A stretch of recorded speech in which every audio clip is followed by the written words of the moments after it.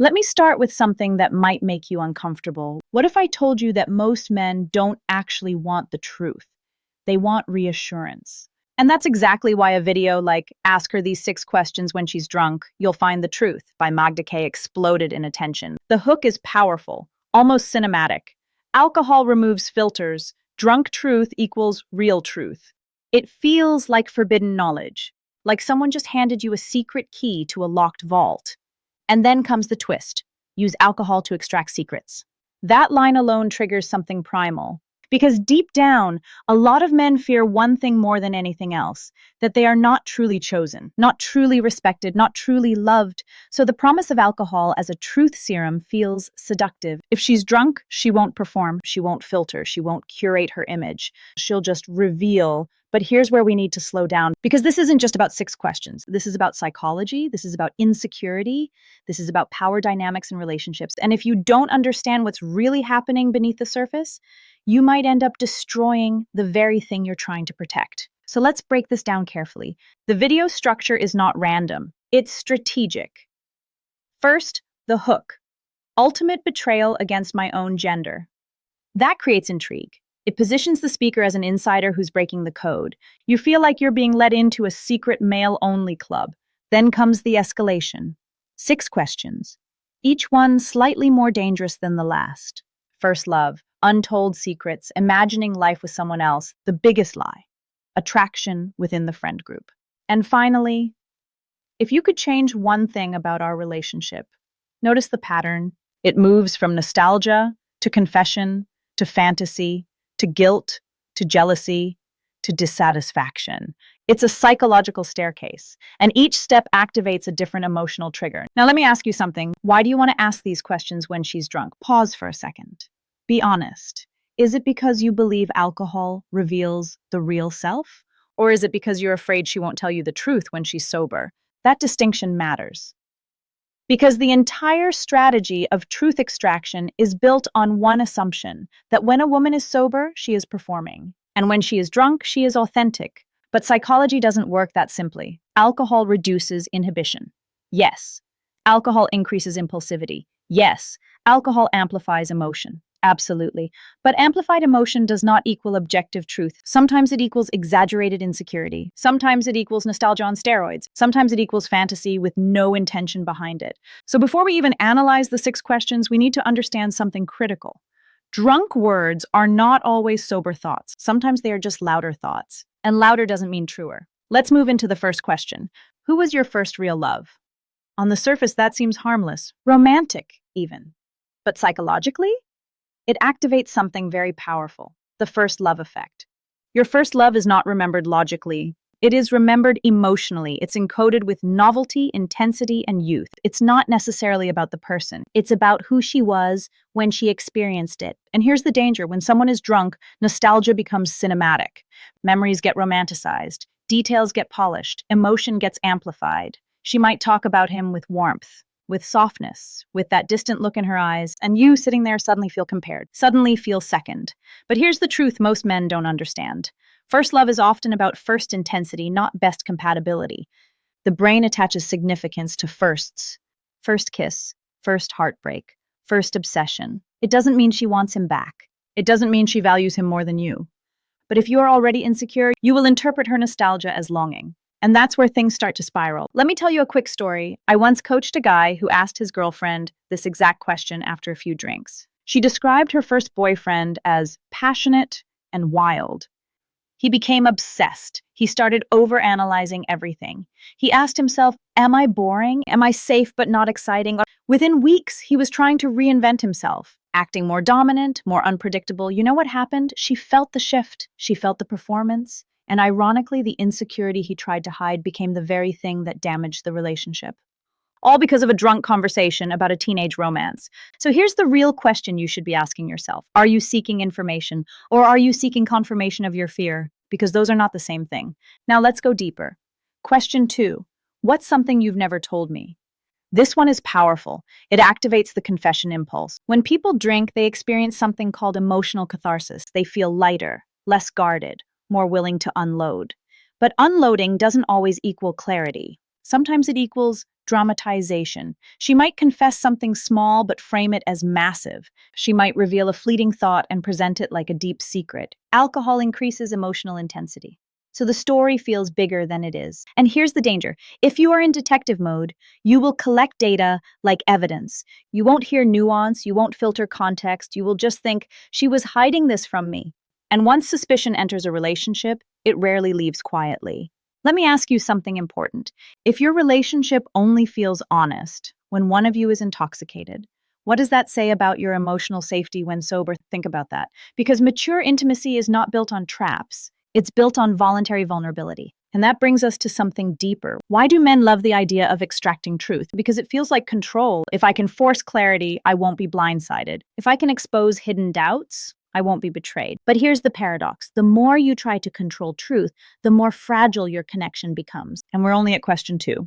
In the next part, we're going to step into the most dangerous questions of the 6, the ones that activate fantasy, jealousy, and relationship dissatisfaction. And by the time we reach the final question, you might realize that the real issue was never about alcohol at all. Before we continue, I want you to do something. Drop a comment and tell me, do you believe drunk words are always honest, or do you think they're just louder emotions? And if this is already making you rethink how you approach testing in relationships, hit like. Because what we're about to uncover in part 2 is where things get uncomfortable. Now we're stepping into dangerous territory. Because the next questions are not about nostalgia. They're about imagination. And imagination, when mixed with alcohol, becomes explosive. Question 3. Do you ever imagine life with someone else? Let's slow that down. Not cheating, not acting, just imagining. Here's something most people won't admit out loud. Every human being has counterfactual thoughts. What if I took that other job? What if I moved to another city? What if I dated someone different?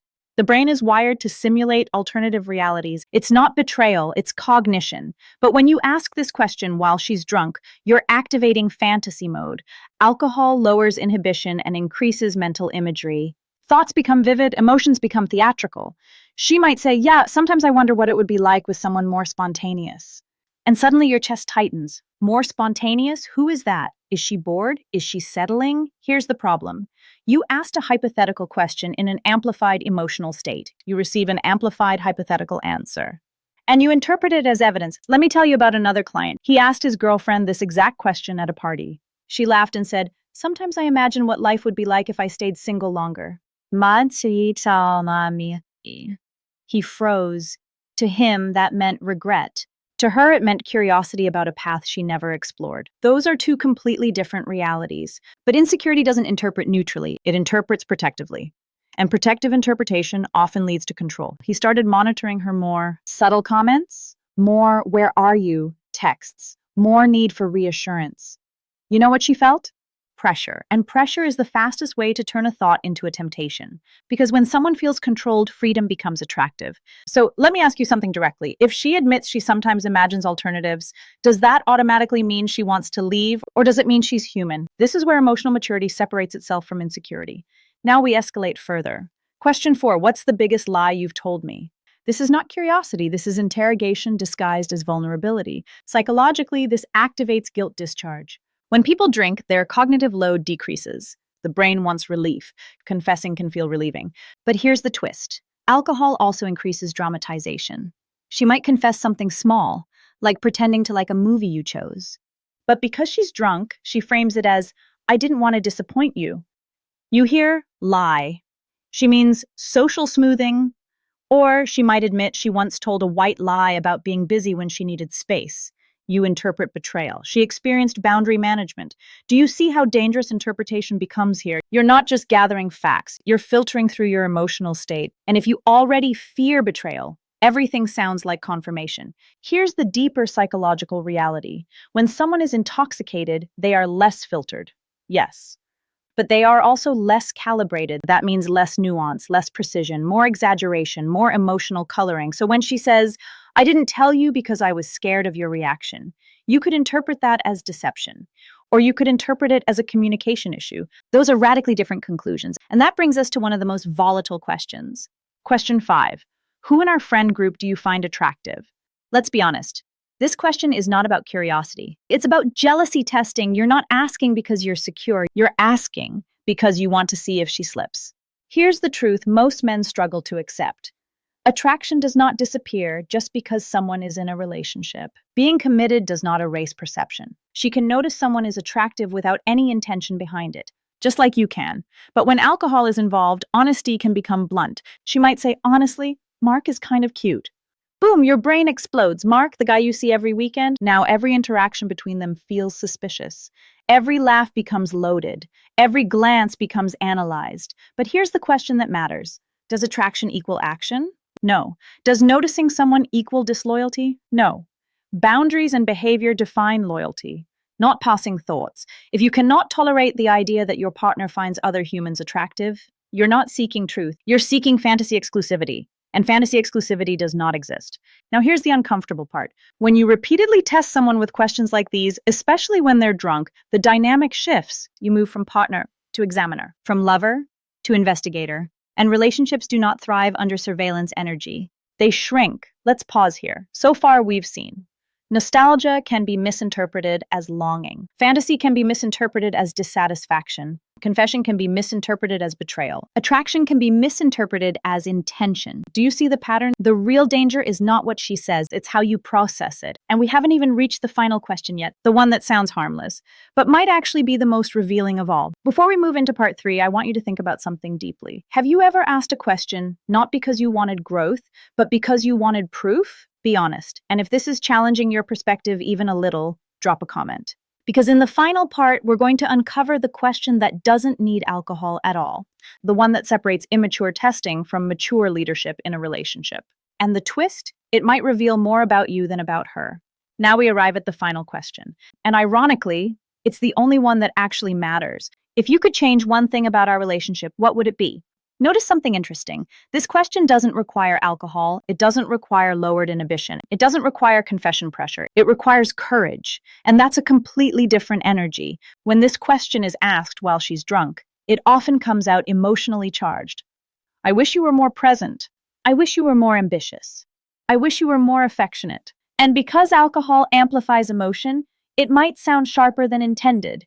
You hear criticism. She feels release, but here's the deeper layer. If she only feels safe saying these things when intoxicated, you don't have a truth problem. You have a communication safety problem. Read that again. The value of this question is not in catching dissatisfaction. It's in discovering unmet needs. And unmet needs are not red flags. They're growth signals. The real maturity move is asking this question when both of you are fully conscious, calm, regulated, present, because sober honesty builds respect. Drunk confession builds drama. Let me tell you something that might sting. If you feel the need to wait until she's drunk to ask hard questions, you might not feel emotionally safe yourself. And that's the twist nobody talks about. We frame this as extracting truth from her. But often it's about avoiding vulnerability in ourselves. It's easier to interrogate than to say, hey, I sometimes feel insecure. I need reassurance. It's easier to test loyalty than to build trust. It's easier to analyze her words than to strengthen your own internal security. Here's the truth most men resist. Trust is not built through traps. It's built through patterns, patterns of behavior, patterns of consistency, patterns of respect. If she respects you when sober, if she chooses you when sober, if she invests when sober, that tells you more than any drunk confession ever will. And here's something even deeper. When you repeatedly test someone, you subtly communicate, I don't trust you. And when someone feels distrusted long enough, they either withdraw or they start living up to the suspicion. Because humans tend to align with the energy they're given. Now let's zoom out. Why did this video resonate so strongly? Because it targets 3 core male fears. Fear of being compared, fear of being settled for, fear of being betrayed. Those fears are real, they're human, but trying to eliminate fear through interrogation never works. It only temporarily soothes anxiety. Then the mind finds a new question, a new test, a new suspicion. That's how insecurity loops are formed. So what's the mature alternative? Instead of asking drunk, who was your first love? Ask sober, do you feel fully chosen here? Instead of, what's the biggest lie you've told me? Ask, is there anything you don't feel safe telling me? Instead of, who in our friend group do you find attractive? Ask yourself, do I trust her boundaries? Instead of, do you imagine life with someone else? Ask, are you happy building life with me? Do you see the shift from extraction to connection, from testing to leadership?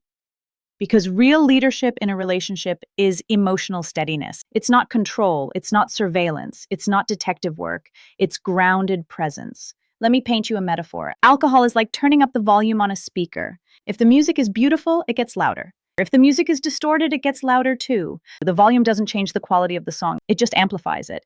So if you're relying on alcohol to discover truth, you're relying on amplification, not clarity. Clarity comes from consistency. And here's the final reality check. A woman's drunk words do not define her character. Her sober actions do, her daily behavior does, her respect does, her boundaries do. If she flirts recklessly when sober, if she disrespects you publicly, if she avoids accountability consistently, you don't need alcohol to see that. And if she communicates openly, invests emotionally, and aligns her behavior with her words, you also don't need alcohol to confirm that. So the real question isn't, what does she say when she's drunk?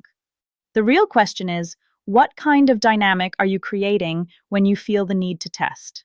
Because a secure man doesn't seek confession. He observes patterns. He communicates directly. He walks away if alignment isn't there. Calmly, without drama, without traps, without manipulation. And here's the final twist. If you focus on becoming the kind of man who leads with clarity, self-respect, and emotional steadiness, you won't need to extract truth. Truth will reveal itself naturally, not in a loud, dramatic confession, but in quiet, consistent behavior. So let me ask you something to close this out. Are you building trust or are you building tests? Drop your answer in the comments. And if this perspective shifted how you see truth extraction, like the video, share it with someone who needs to hear it. Because real strength in relationships isn't about catching someone off guard. It's about creating a space where honesty doesn't require intoxication. And that is a completely different level of power.